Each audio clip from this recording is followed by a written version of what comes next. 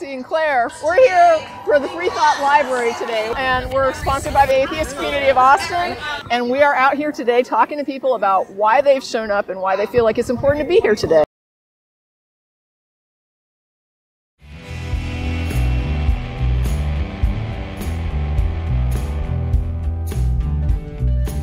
Here and why is this important to you? So for the last 3 years I've come out. So the first year I was in DC, and then last year my husband and I went to Las Vegas, and now we're here in town locally to make our voices heard, because it's important that women keep momentum and keep going and really make their voices heard.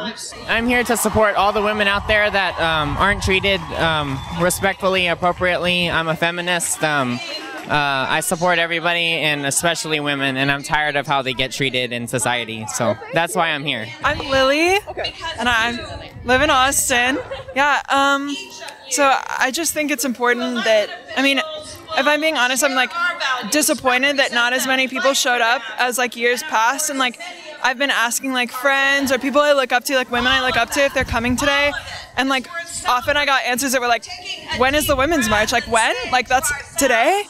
And it's just disappointing that like some people consider like coming one time is enough. Like showing up every time is important, and showing up and just like showing support, whether you come with a sign, without a sign, whether you come for 5 minutes or 2 hours, like as long as you're showing up, it's showing your support, showing your allyship, and I think it's really important.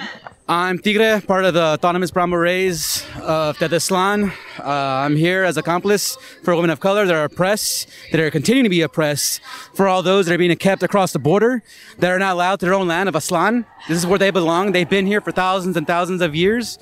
We're here because Congress, government, everything else is failing. So we as a community, we as La Raza have to go out there and support and take care of one another. We got to police, we got to educate our community. We're open to anybody that wants to get involved. All walks of life, all genders, all creeds, everybody. That is why I'm here. I'm here as an accomplice to support the women of color, support women, everybody, all in general.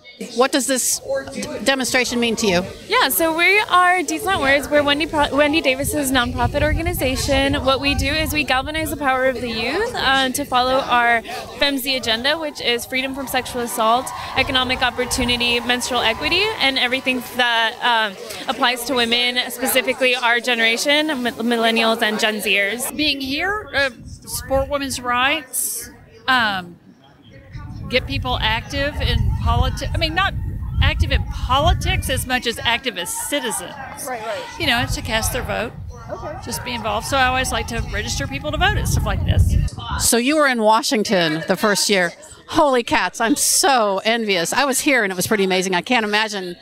That was an amazing experience. I mean, it was so many women, and I was there with my friends that had been my lifelong friends, and it's just like the music that was playing. When I still hear some of the songs, I get emotional just from listening to them.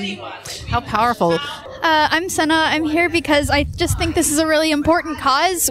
Women and all sorts of other minorities have been oppressed for many, many years, and nothing's going to happen if those minorities don't step up and make an attempt to make a change like this and come to rallies and make their voices heard, even if they try and refuse to listen. I'm Ale, and I'm here to use my my privilege as a cis man to help advocate for problems that affect women, and especially women of color. As I grew up with a single mother, I've seen a lot of abuse and a lot of things that wouldn't happen to her normally if she was a man or if she had a husband. But because she was a single mother, she had a hell of a lot harder time. She's had to stay with me, like us, in homeless shelters, and most cis men do not realize the struggles that women have to go through on a daily, regular basis.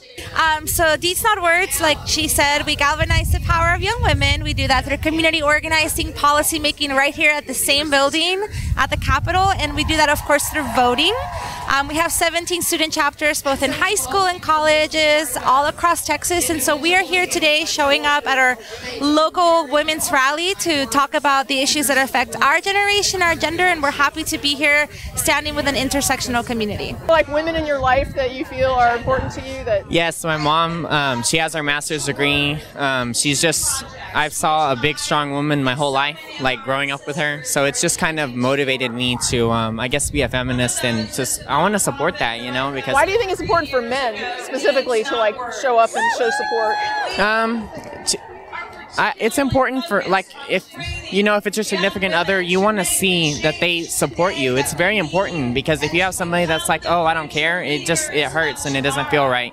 You want, like, men to realize that it's about both of us, like we're both equal. You know what I mean? Absolutely, yes. Yes. If we look around, it's mostly white folks. Yeah. So what does that says something to me. I don't know. Does it say something to you? Absolutely. I think Austin's a very white-centered community. Andrea and I are both from El Paso, and so we definitely see that whiteness when we come here. But I think that as an organization, we thrive and we pride ourselves in being able to outreach and do work with young people and let them lead the work, right? And that includes all backgrounds, gender, race, ages, and whatnot. How can you get that across? How can you get that privilege across? That, like, in everyday like situations, that like there's almost like a butterfly effect, because everything's based on your geographical location and your like the person. So if you look at like especially like just like the fact walking home, a man home 9 times out of 10 and not worry about safety. That women like dread walking home because the like numerous amounts of like of violence that are affected towards them in just the streets alone, not in counting the fact that like 78% of like domestic, like most domestic violence, I won't like try to like blow smoke up your ass. Most domestic violence is committed by men. Like those are just one of the many privileges that as a man that I don't have to deal with. My name's Maddie. I'm here because I think everyone deserves a voice and everyone should have equal rights regardless of their race, gender, sexual identity. So I think everyone deserves a voice. I'm Barb, and I am here because I am just so sick of the hateful rhetoric and just everybody being so angry with women mostly. So I just want to stop the hate. Yeah, it does seem like there's a lot of that hatred aimed at the very people who need it the least. Right on. So what do you want people to hear? You have a megaphone right now because we do this TV show and it goes out on YouTube. So what do you want to have go out there? No matter what, I think keep trying to have your voice heard, because no matter what, something will happen if you keep trying, and that's how we've gotten so far in the first place. So you got to keep going. I agree with that because I have been worn down over the past couple of years a little bit. How about you? Yeah, but I am dedicated. I'm nothing if not dedicated. I'm going to keep going. I go to every rally, every march I possibly can, because something needs to happen. It definitely does. What sorts of things do you do to reach out? So we, right now, like she said, we have our FEMZ agenda, which stands for Freedom from Sexual Assault, Economic Opportunity, and Menstrual Equity. And we task our chapters with the project of creating a capstone project, which means that they can take whatever falls under gender equity and bring that capstone project to their own communities in a way that makes sense for them. So for example, our students in the Rio Grande Valley have been working really hard to stock every bathroom, both male and female, with menstrual products. And that's just one example of the amazing and wonderful things our students are working on. Right on. What brought you out here to this one specifically, to this activity? I go to school in West Texas, so it was just kind of there isn't anything going on there, so I thought this would be a good place to come in. So you came from West Texas to come to this? Yes. The school that I go to is very conservative and has a lot of anti, like homosexuality and like transphobic stuff. So yeah. That's unfortunate. I'm glad you're out here. I'm glad you're fighting the good fight. And are you from there as well? No, I'm from San Antonio, so we kind of met here. That's my mom. Mother-daughter. Yeah. Right fun. Yay, mom and daughter. That's awesome. Yeah, so I think it's important to not only talk about these things whenever you're at home with your family or friends, but show up and talk to strangers too, and be able to find different people who maybe you're not going to meet on an everyday basis, just to be able to talk about what you can actually do to take action, to organize, to figure out how the policy works and break down what's going on in government these days and how we the people can truly be represented in what's going on. Because the policy is everything. And what policy is the thing that you care about most? Do you have one that you are particularly interested in? I'm very interested in reproductive rights for women, and the fact that the way that these things end up getting boiled down to kind of just a very emotional drawing the lines, not realizing what like the details are whenever it becomes oversimplified, that in fact a lot of the policies that go into place end up hurting healthcare that actually doesn't even have to do with abortion, just by the way that it's written, and cutting healthcare to people who are going to go for things that have nothing to do with abortion too, but just the way that the policies end up and the legislation is written end up having these serious effects whenever it comes to other diseases and maternal mortality too, and being able to really end that from happening just because of this oversimplification of the issue. Because if they really didn't want abortion to occur, they would be so all over birth control. Right? But they're not. I'm just out here talking to different people. I feel like during the 2016, I was underrepresented. I was just immediately put on the, hey, you are you're a Democrat. You're going to vote for Hillary Clinton. And that's not necessarily how I felt. I definitely felt like I was just lumped into a group. And I just wanted to be out here and talk to them. Not every conservative falls under a group. You don't fall under race. Like, you are your own minority. And I don't want the government to be a part of. I don't want the government to be a part of telling you what to do or me what to do, or a societal norm to tell us exactly like how to feel. We are our own individuals, and I just want to be out here and talk to different people. Right on. So, what is it that you would want to say to people? You said that you're not part of the demographic that they tried to put you in. What are you? I am myself. I am my own minority, is how I see it. There is a disconnect between what we see in the media and how we interact online and how we interact in person. You and I can disagree on numerous effects, but what's going to be seen on TV is going to be that big interaction they had earlier where they were screaming at each other. And that's not the majority of people. Most of us actually do fall in the middle. We're not more divided as a country, but we are better. We are better grouped. And once we belong to a group, we see it as an us versus them.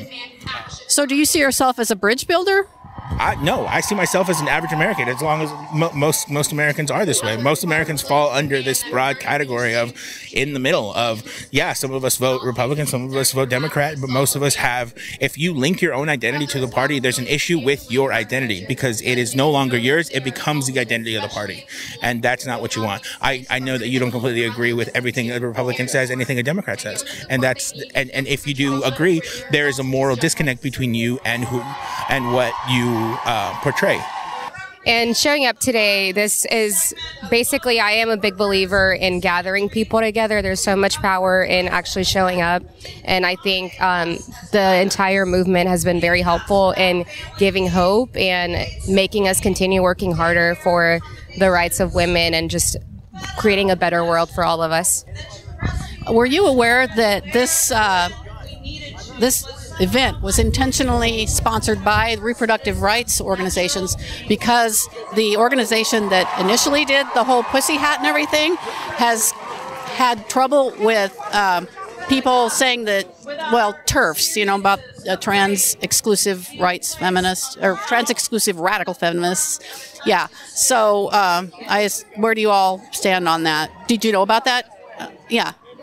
So my views on that, simply, I am not supporting anything that's really radical. I lie with being a fair and good person to everyone. And so that's been very disheartening, but I'm glad that we are still here just because the message and what we're here for is way more important than a couple people who have extremist or awful views.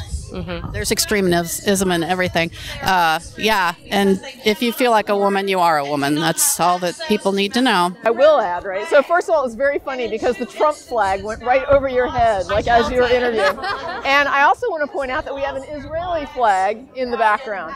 And the reason I want to bring that up is that there have been some concerns about the leadership and anti-Semitism. And I want to note one more time that this event is hosted by Texas Reproductive Rights March, which has nothing to do with the leadership for the Women's March on DC. So it is a totally separate event. They have divorced themselves from that controversy for this event. And I just want to make it clear that because there's an Israeli flag, there is nothing anti-Semitic about this march today. Not even a hint of it. Yeah. You're part of your school's what now? Rainbow Connections Club. It's an LGBT activist organization where we are essentially focused on sort of outreach things. And I've been involved in outreach for a while. So, you know, this was something I really wanted to do. And some of my friends started it. So, of course, I decided to get involved. Which school is that? Anderson High School. Anderson, right on. My son goes to McCallum. That's nice. I have a brother who goes to McCallum. Right on. Cool. I applaud you starting early. It's folks like you that give me so much hope because things have changed, but they need to go a lot further. And it's clear that the extremes have really taken hold. We need to fight quite a bit. Well, thank you so much for all the work you do. It's so important. And talking to people like you gives me such hope because I've been doing this for so long and it gets exhausting. And you're fresh and ready to go. And thank whoever for it. All right. Well, thank you very much for coming out. No problem. No problem. Well, I really appreciate you talking to us and enjoy the rest of the activity. Yeah? The reason why I'm here, too, is for the whole immigrant situation, too, and the separation. It just breaks me to my knees. So I'm excited to get involved with an organization that I learned about today, just to help the... What's the name of the organization? It is Immigrant Justice Now. Right on. I agree entirely. Thank you so much. I appreciate everything you do. I have to do this because we are sisters in the glorious hair color thing. Whoa! He actually believes that women should be able to choose what happens to them, but that the abortion should be entirely self-funded. Am I getting it right? Okay, because... I think it should be like LASIK surgery. So where it's not funded by the government and it's not necessarily funded by other, you put your own funding and there's competition between it. That's the best way. That would be the best way to get everyone on board. It reduces the price, which is what we want. What women want, they want it accessible to everyone. They want, but a lot of the more conservative leaning do not want to have their money to go towards that funding. I don't want my money to go to a lot of things it goes to. Correct. Do I get to choose where my money goes? Well, that's why I'm for a smaller government, having the government out of many things. So I think the government is for only certain things, like protecting our sovereignty. Like I think that's a major thing. So like military. You basically are working from an ideal. Yeah, absolutely. Ideally, that's what I want. And I'm not criticizing you, but I just want to make sure we're clear. You're operating from a government ideal that really at this point isn't even close to what is actually happening. Yes. I mean, that's fair, right? I mean, yeah, and that's what we want. Kind of idea for how I would like it to be. It's not there. Correct. And this is part of how he would like it. So he's basically consistent in that what he's saying is anybody should be able to say where their tax dollars are going.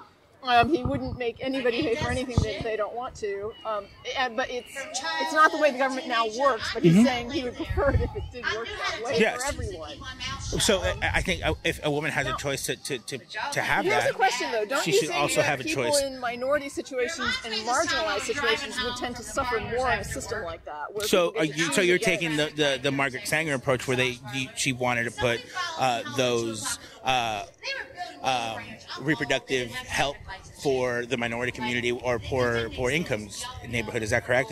Well, I guess what I'm asking is if we all say we don't want to pay for things we don't want to pay for, and someone says I don't want to pay tax dollars to help anybody's health to provide for any health care for gay people because I don't believe in gay people having any kind of rights or anything. So I'm not going to fund that. Now, if you have like a society that has a lot of anti-gay bigotry, people who are gay aren't going to be able to get health care, that they can't afford, even if that means really basic healthcare, life-saving. But that's an open market. See, I also think that that's the way that an open market works. I don't think that we should have. So you lean toward libertarian? Yeah, absolutely. Okay, that's what's going on. Okay. But like I said, I don't think that health insurance should be used for a simple blood test. I don't think health insurance should be used. I think it should be used like our vehicle insurance.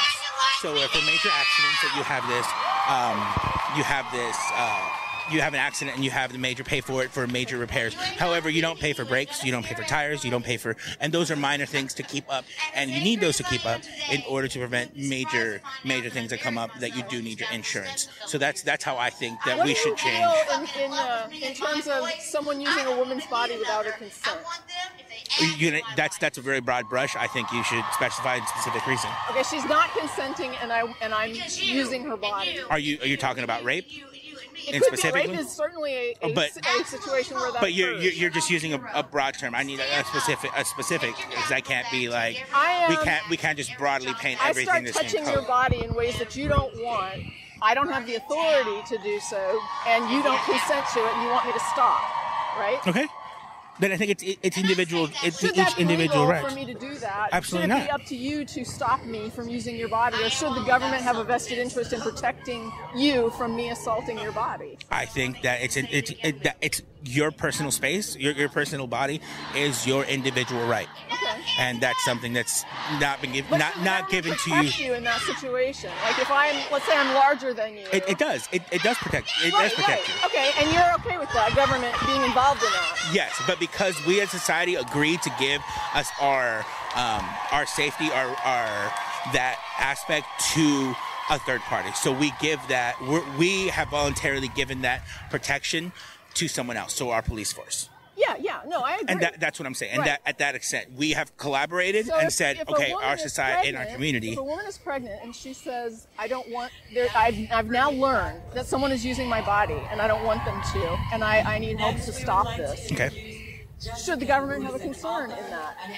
I think that the woman has the right to choose whether she keeps it or not, but I also want the woman to be fully informed.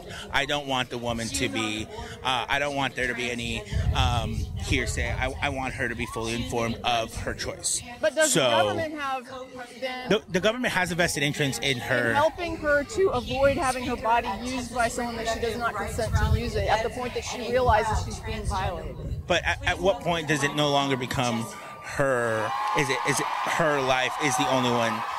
Well, it's not about her life. It's about whether or not she can be violated without her consent. My feminist sisters. But that there was a choice in her getting pregnant. No, she didn't know she was pregnant until she found out her doctor tells her that she's pregnant, and she's like, "Holy cow!" Okay. At that point, she needs to get informed of her entire. Yes, you're pregnant. Ultrasound. I think there should be a blood pregnancy. Should the government be able to help her to stop someone from using her body without her consent? I think that the government should not be involved in that decision. Then why is it that if someone's raping me, you're okay with the government involving themselves? Because the rape was not voluntary for Neither is the pregnancy. But you had something to do with the pregnancy. No, she didn't know that there was a pregnancy until she was informed. But having sex leads to pregnancy. No, it doesn't. No? How do you get pregnant is what I'm saying. Do you get pregnant every time you have sex? No, but Can you get pregnant without having sex? But aren't there precautions to have sex without being pregnant? So yeah, so you have condoms, you have contraception. There's multiple contraception, and I don't think that. I think it's the individual's responsibility saying you are participating in this action that could result in this if you don't want. Who's been responsible? So you're just the individual. You have to be. You have to be individual. You have to be responsible for yourself. At what point do we see that it's control whether or not they become pregnant? That I can decide whether to become pregnant. You choose to have the action to have sex. Yes. Correct. Unless it's the rape ransom. Exactly. And you take steps to prevent that. So you have your condoms. There's multiple pregnancy patches. Which steps should a woman take to not get pregnant before she's irresponsible? Contraception. So what if a woman is 50 years old, still having regular periods, and underweight? Should she be taking birth control, or is she responsible for not taking birth control? She's responsible for what happens to her body. It's individual responsibility. how do you determine whether or not she should be taking birth control? She's 50 years old, she has regular periods, she's 20 pounds underweight. Should she be taking birth control? I'm not at liberty to say. It's the woman's right to say, hey, this is how I feel. I feel like that's my. I'm having regular sex. I should probably be on birth control. Should she go at that age?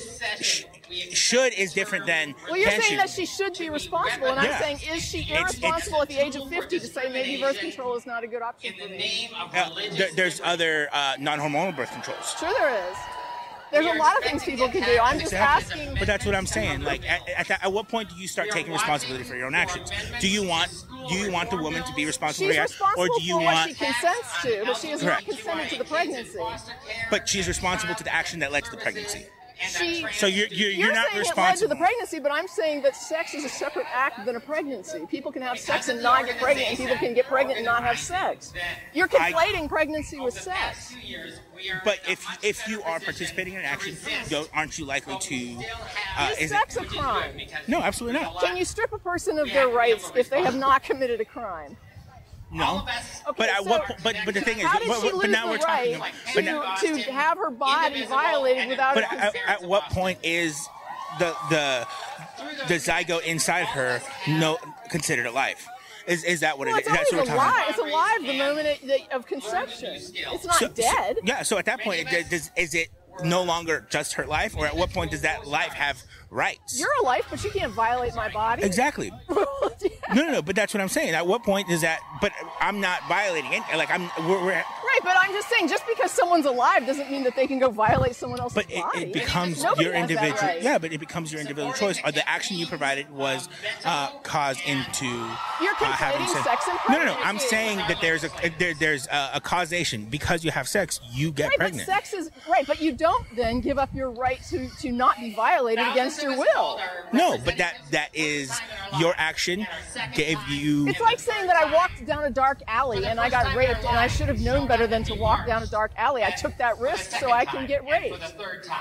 I'm saying it's intentional responsibility. So if you intentionally choose to walk down that alley, you're leaving yourself open to that certain thing happening. You're leaving yourself open, and you want to give yourself the opportunity to not. To not put yourself at risk. You don't want to put yourself in unnecessary risk. So, okay. I think individual responsibility. Okay. Well, so that's fine. I understand what you're saying. Like individual, I'm saying it's for the individual responsibility. It's your individual responsibility to reduce your own risk. That's where I'm going to. I don't want the government to interfere with anything. Okay. Across the Resistance Choir of South Central Texas, who has agreed to show us why they're here and what they do. So with that, would you like to talk a little bit about what it is you're about to sing?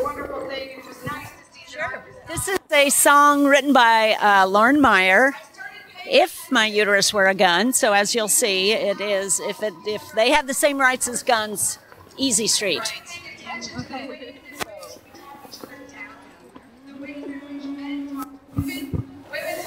Have you heard the news of late?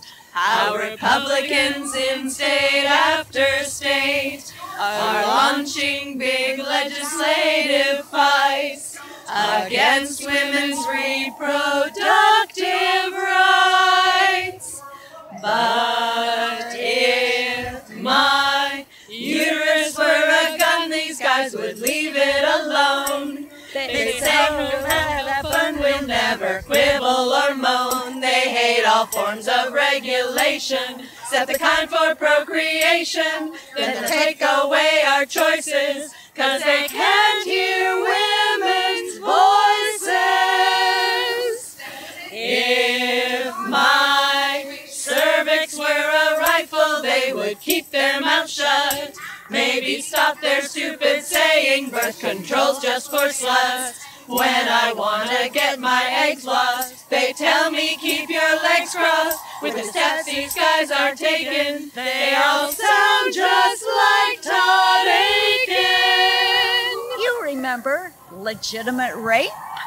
And President Cheeto, and a million other misogynists.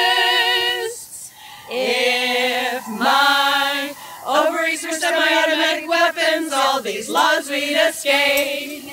Laws that mandate motherhood and blame us for rape. And in the guise of weird knight erranthood, they're trying to can Planned Parenthood, cause these men know better than I do.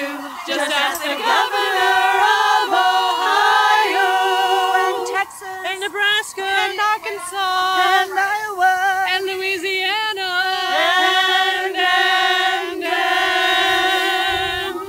yeah, if our vaginas were large capacity ammunition clips, life for women would be a breeze. There'd be access to contraception to prevent pregnancies, so we wouldn't need abortion in the first place. To protect all fertilized eggs, they've sworn. But the kids are on their own just as soon as they're born. But all this debate would be done if my uterus were only a gun. Ba-da-ba-ba-da-bum. Hey! That was Nice. great. Thank That was you. awesome. Gosh, I'm so glad you guys are here. All right. So, thank you. All right. So, we were talking before about why we were here and Trump, and we can't be political exactly, but we can talk. I think we can talk about Trump because their behavior is just awful. And I was asking, do any of you have family who loves Trump? And everybody went, yes. yes, because we all do. And when I said Tracy and I were talking about what is it that they see that we don't, and I thought that your answer was quite good. Would you mind reiterating that for us? So yes, of course, I have family who believes in Trump. I am actually from the Midwest, so also have a pretty good idea of what people in rural communities think and believe and stand for. And I really think that the attraction to him has a lot to do with the need for security and safety, and that being wrapped in a authoritarian package. I think a lot of my parents, grandparents, great-grandparents grew up where Mom and Dad said, this is what you do, and you said, yes, ma'am, and that's it, and you didn't think, you weren't taught to think, you were taught what to think and what to do, and there's a sense of security in that, and I think that's what Trump has tapped into, is that our politicians on both sides have been saying forever who to fear, what to fear, that there's so much scary stuff out there, and until or unless you are actually exposed to difference, till you get outside of your community, you see people who are not like you, and you realize it isn't that scary. You need that sense of security that comes from somebody standing up and saying, I alone have all the answers, I can fix this for you, and that's what they're attracted to. He stands up confidently, boldly, and says, I've got all the answers, I can fix this, I know exactly what to do. And they say, cool, awesome, take this off my plate, I don't want to think about this, just take care of me. No matter what other things he says. Right on. And you also said something about him being a savior, and that reminded me of how we always end our show, which is we don't need a savior, we never have. We have each other. We have each other. It's all we've ever had. I always screw that up. It's all we've ever had, and it's all we'll ever need. That's the truth. Right. So, yeah, awesome. Yeah.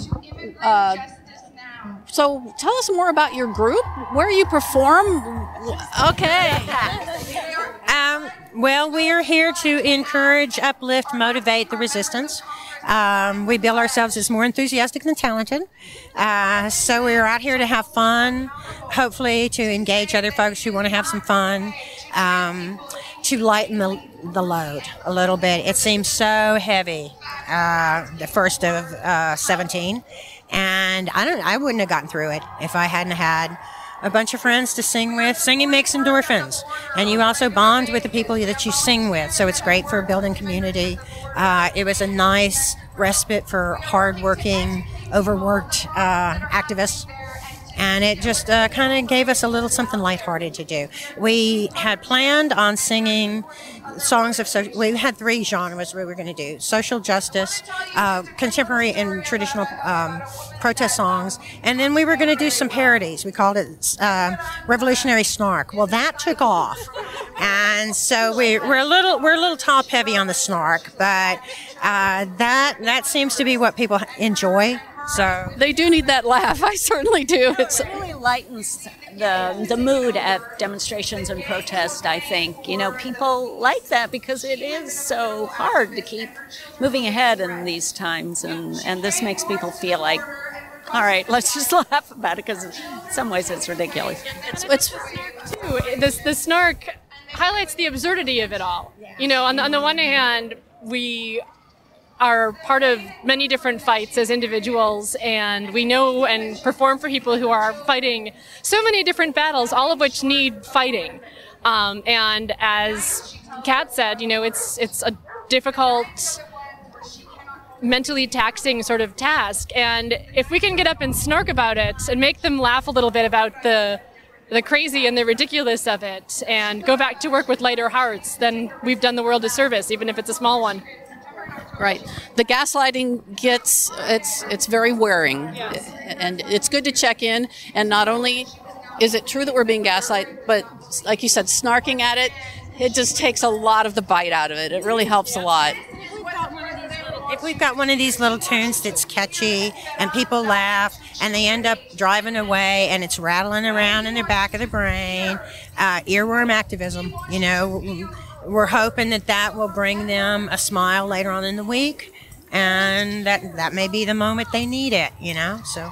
Right on. So women's activism, you said social action in general. Are there other things that you are interested in? Rights, justice, Black Lives Matter, gun rights, get out and vote. Yeah, gun control. Reasonable gun control. Reproductive justice. Yeah. Outstanding. This is fantastic. So our show focuses on civil rights, the things that have happened in the past, what we're doing right now, and the progress that we hope to see. So if you want to check it out, it's called Godless Bitches, and it shows on the first and third Saturdays at 11 a.m. On YouTube. You have to go to YouTube to watch it. Yeah, it has its own channel. It has its own channel, and you have to put Godless Bitches entirely because YouTube thinks bitches is a bad word. So, all right, and you'll see yourself most likely. So, if I may get each of your names, would that be okay? I'm Kat Uraka. Helen Cordes. Jenny Huntley. Mickey Coles. Sarah Jorgensen. Thank you so much. This was awesome. What a great find. I really appreciate your time and what you bring to this. Thank you so much. Thank you. All right, bye. And thank you for being a part of the LGBTQ community. Because trans women are women. That's just all there is to it.